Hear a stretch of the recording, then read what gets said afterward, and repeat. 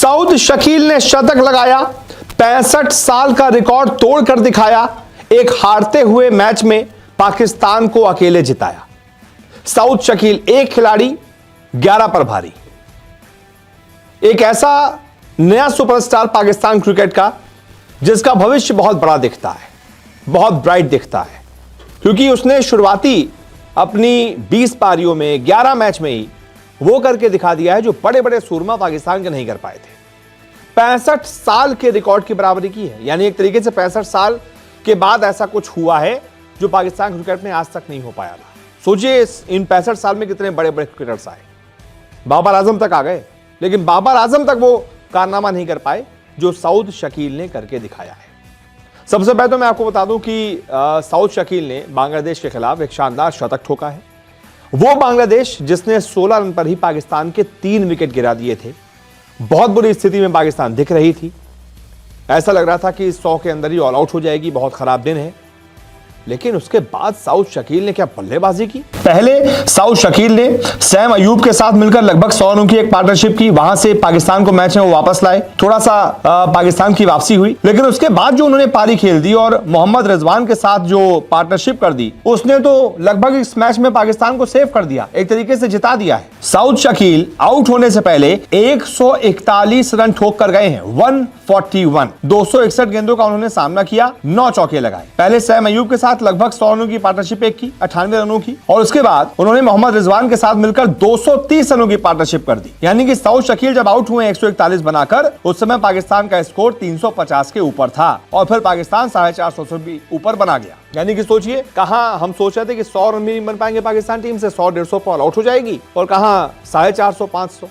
तो पाकिस्तान जैसी टीम अगर 450-500 बना देगी तो भाई सामने बांग्लादेश है यार।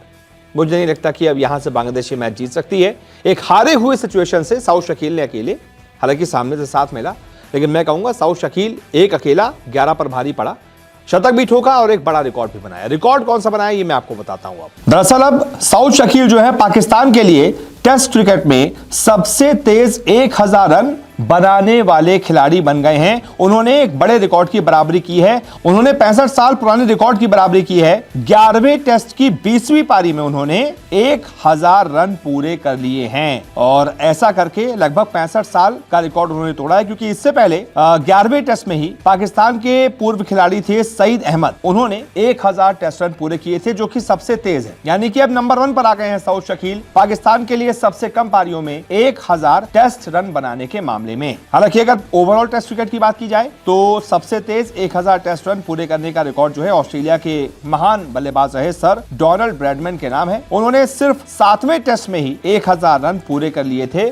सऊद शकील को 11 टेस्ट लगे हैं, 20 पारी लगी है, तब जाकर वो इस मुकाम तक पहुंचे हैं। लेकिन बड़ी बात यह है कि सिर्फ इतनी सी पारियों में, यानी कि लगभग सिर्फ 11 ही टेस्ट मैच में उन्होंने वो करके दिखा दिया है जो पाकिस्तान का सिर्फ और सिर्फ एक बल्लेबाज इससे पहले कर पाया था, और उसको भी आप ज्यादा जानते नहीं है। यानी कि जितने भी महान खिलाड़ी इस लिस्ट में रहे हैं ना, जावेद मियांदाद हो गए, इंजमामुल हक हो गए, मोहम्मद यूसुफ हो गए, बाबर आजम हो गए, इमरान खान हो गए, बहुत बड़े बड़े 30 मार्का पाकिस्तान क्रिकेट में आए हैं, लेकिन सोचिए कोई भी ये कारनामा नहीं कर पाया जो सऊद शकील ने इतने कम मैचों में करके दिखा दिया। यानी कि इस मैंने शुरुआत में कहा था ना, फ्यूचर ब्राइट है इस लड़के का। जिस तरीके से बल्लेबाजी कर रहा है, जिस तरीके से प्रेशर को झेलना आता है, काउंटर अटैक करना आता है, वो ये बता रहा है कि ये खिलाड़ी बड़ी लंबी रेस का घोड़ा है। तो अब देखते हैं कि सऊद शकील का इस शतक का कितना फायदा पाकिस्तान टीम को मिलता है और क्या वो ये मैच जीत पाती है या फिर नहीं। बहुत बहुत शुक्रिया इस रिपोर्ट को देखने के लिए।